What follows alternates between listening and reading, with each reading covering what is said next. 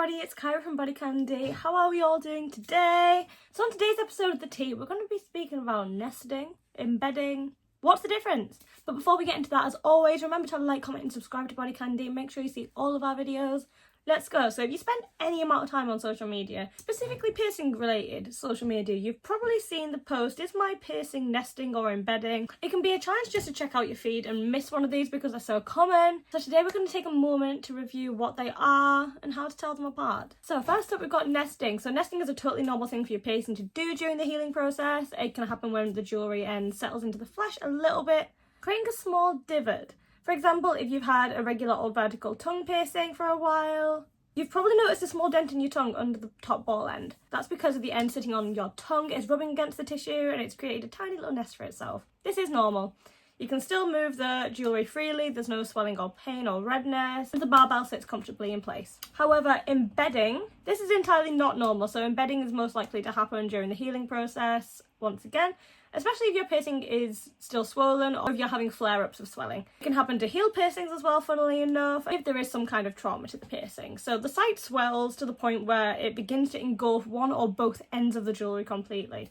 Either the swelling from your initial piercing has exceeded the length of jewellery, the jewellery was simply not long enough to accommodate the swelling. It's most likely going to be red and quite painful as well, so if you're trying to move the jewellery, it doesn't shift in and out of place or feel stuck. This is a big problem and can turn into an actual emergency if it's not dealt with.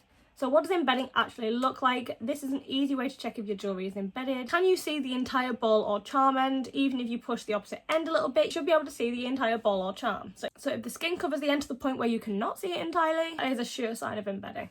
It'll look kind of like your skin is swallowing the jewellery and you'll not be able to free it. Okay, so say it is embedded. What now? If your piercing is in fact embedded in your flesh, you need to make an emergency appointment with a very trustworthy piercer. They should be able to help work the old jewellery out and replace it with longer jewellery that can accommodate the swelling. Allow your piercing to heal properly from this. It is incredibly important you do this as quickly as you possibly can. If you do nothing and simply allow the jewellery to embed further, it can lead to very serious complications. Your piercing is unlikely to heal properly, which would actually be the least of your problems.